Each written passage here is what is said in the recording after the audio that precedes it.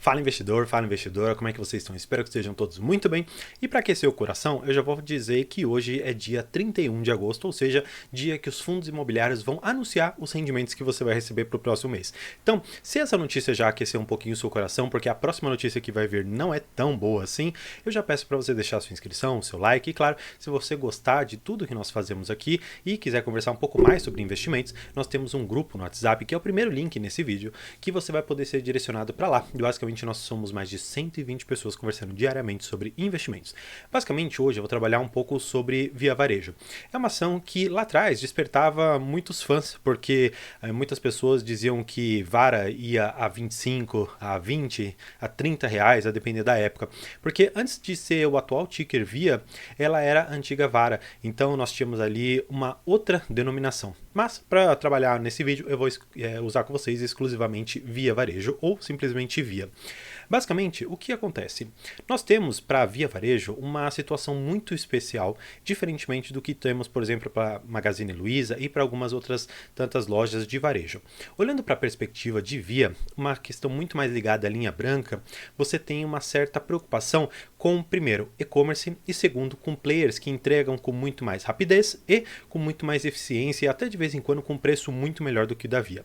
Aí sempre surge uma dúvida, tá, mas o que pode impactar a Via Varejo, ou pelo menos as cotações e bolsa, além daquilo que é o óbvio, de dizer que o e-commerce e a Via não estão tão alinhados como deveriam estar.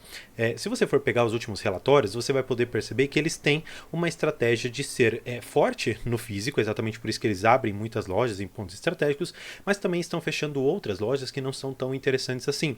De uma outra maneira, eles estão querendo fazer o seguinte, mesclar a parte física, que eles são muito fortes, com a parte digital, que eles não são muito fortes.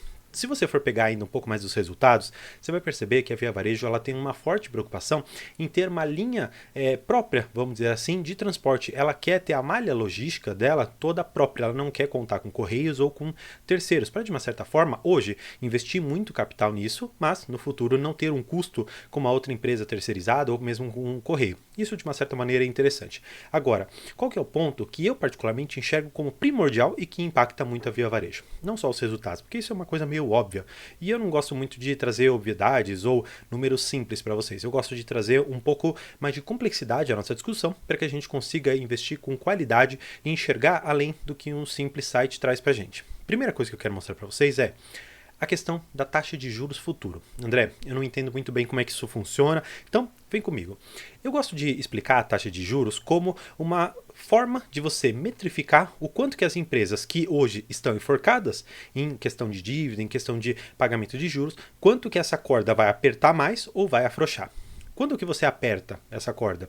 Quando os juros eles estão muito altos. Quando que você afrouxa essa corda e você consegue ter um pouco mais de respiro enquanto você está naquele mar de dívidas? Quando os juros eles caem. Olhando para a Via Varejo e para outras tantas varejistas, você pega uma situação muito específica, que é, você tem margens baixas, ou seja, se você está vendendo um determinado bem por R$ 100, a sua margem de vez em quando é de 2%. Ou seja, você vendeu algo a 100, mas para você pagar o seu fornecedor você gasta um tanto, depois para pagar as despesas você gasta um outro tanto, para você tirar os juros de tudo isso você ainda paga uma outra conta e no final de contas ainda vem R$ 1 ou R$ 2 para você de lucro, isto é, quando vem. Portanto, enxergando que você tem uma margem pequena, como você consegue trabalhar? Talvez melhorando o preço, só que aí o concorrente vai dar mais barato e você perde market share. Então, não é o caso.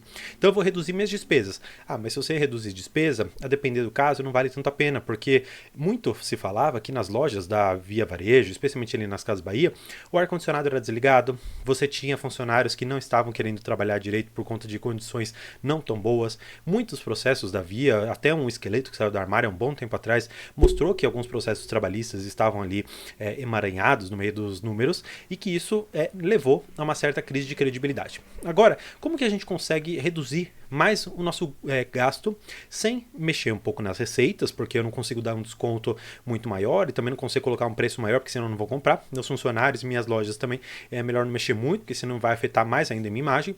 Onde que eu consigo mexer? Bem, em algum lugar que não é você que controla, que são os juros, as despesas financeiras. Quando você vai olhar numa DRE, que são os demonstrativos de resultado do exercício, você vai perceber que lá você tem receitas e você vai descendo um pouquinho, você vai chegar em despesas financeiras. Lá, basicamente, nós trabalhamos de duas maneiras. Você pode ter tanto aquelas receitas que entram, então imagina que você tem um determinado valor que está no banco e aquilo lá te rende um CDI por mês, por exemplo. Aquilo lá vai entrar como um ganho para você. Mas se você se alavancou porque você tem dívidas, se você comprou muitas coisas a prazo dos seus fornecedores, isso também vai correndo juros e isso acaba reduzindo o seu ganho ali na ponta. Se você olhar, portanto, dessa maneira, você consegue enxergar com aquela analogia que eu fiz, que hoje, num cenário de juros muito alto, aquela corda, e a corda que ela não consegue mexer, que é exatamente essa questão de juros, ela está apertando muito a varejista.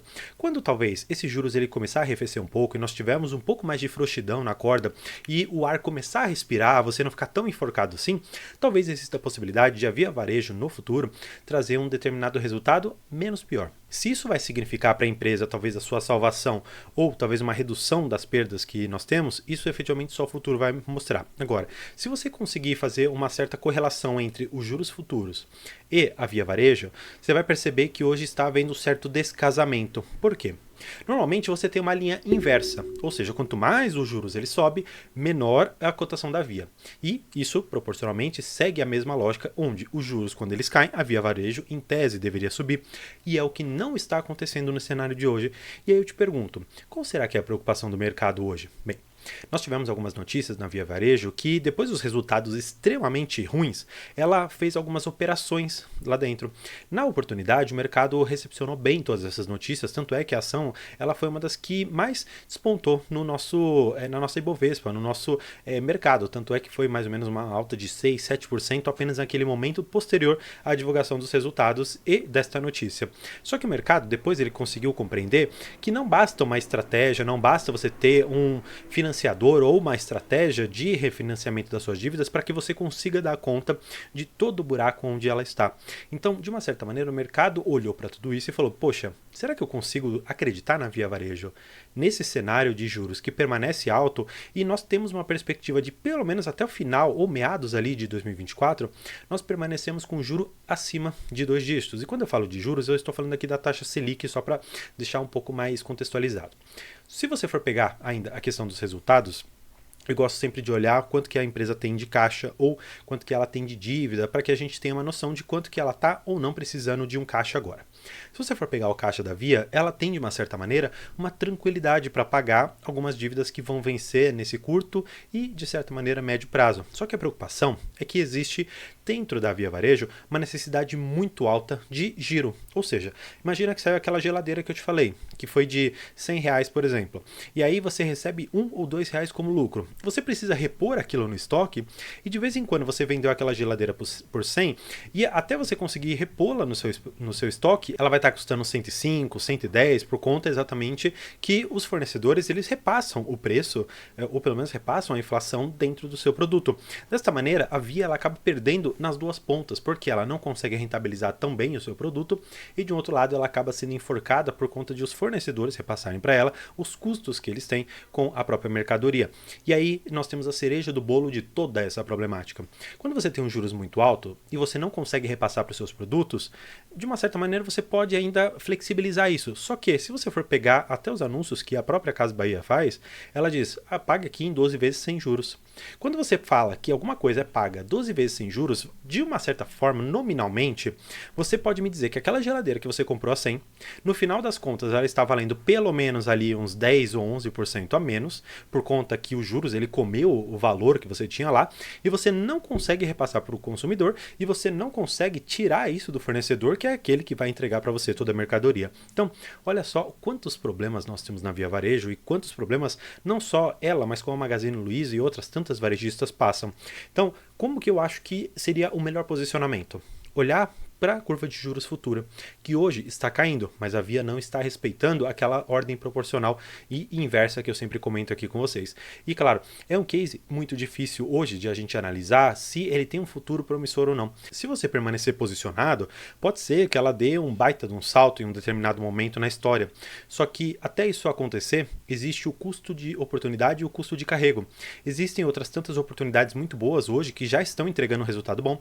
E você tem o custo do carrego, ou seja, quanto que esse dinheiro lá na frente ele vai valer e quanto que você precisaria ter ganhado ou ganhar lá na frente para que esse carrego ele tenha compensado. Então, eu quero trazer aqui para vocês essas premissas que eu acho que são importantes para a gente compreender um pouco o case e algumas perguntas e provocações que eu sempre gosto de trazer aqui no vídeo para que a gente reflita sobre o case e consiga discutir de uma forma séria como que a gente poderia ganhar dinheiro na bolsa de valores. Então, espero que tenha gostado desse vídeo. Não se esqueça de se inscrever porque isso é muito importante para mim e tendo gostado do vídeo, também deixar seu curtir. Então, por hoje é isso. Muito obrigado e tchau!